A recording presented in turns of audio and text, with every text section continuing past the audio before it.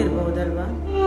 ಕೇರಳದಲ್ಲಿ ತನ್ನ ಸ್ವಂತಹ ಸಹೋದರ ಮತ್ತು ಕುಟುಂಬವನ್ನು ಐಸ್ ಕ್ರೀಮ್ಗೆ ವಿಷವನ್ನ ಹಾಕಿ ಮುಗಿಸೋಕೆ ಹೋಗಿರುವಂತ ಈ ಒಂದು ಸಹೋದರಿಗೆ ಹೇಗೆ ಮನಸ್ಸು ಬಂತು ಅಂತ ನೀವು ಆಲೋಚನೆ ಮಾಡಬಹುದಲ್ವಾ? ಈ ಸಹೋದರಿಗೆ ಇಷ್ಟೊಂದು ಕೃತ್ಯ ಮಾಡೋಕೆ ಪ್ರೇರೇಪಿಸಿದೇನು ಗೊತ್ತಾ? ಸಹೋದರಿಗಂತೂ ಹಣ, ಆಸ್ತಿ, ಅಂತಸ್ತು ಎಲ್ಲಾನು ಇತ್ತು, ಬಟ್ ಅವಳಿಗೆ ಸಂತೋಷ ಅನ್ನೋದಿರ್ಲಿಲ್ಲ. ಅವಳಿಗೆ ಒಂದು ದೊಡ್ಡ ರೋಗ ಇತ್ತು. ಡಾಕ್ಟರ್ ಬಳಿಗೆ ಹೋದ್ರೂ ಕೂಡ ಆ ರೋಗಕ್ಕೆ ಮದ್ದು ಇಲ್ಲ. ಏನ್ ಗೊತ್ತಾ? ಅಸೂಯೆ.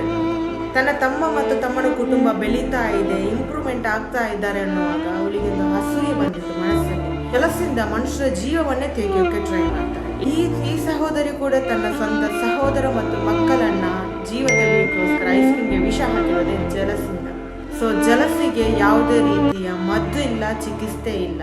ಯಾವ ಡಾಕ್ಟರ್ನ ಬಳಿ ಹೋದ್ರೂ ಕೂಡ ಪ್ರಯೋಜನ ಇಲ್ಲ. ಅಸೂಯೆಗಂತೂ ಸ್ವತಃ ಚಿಕಿತ್ಸೆ ಪಡಿಬೇಕು.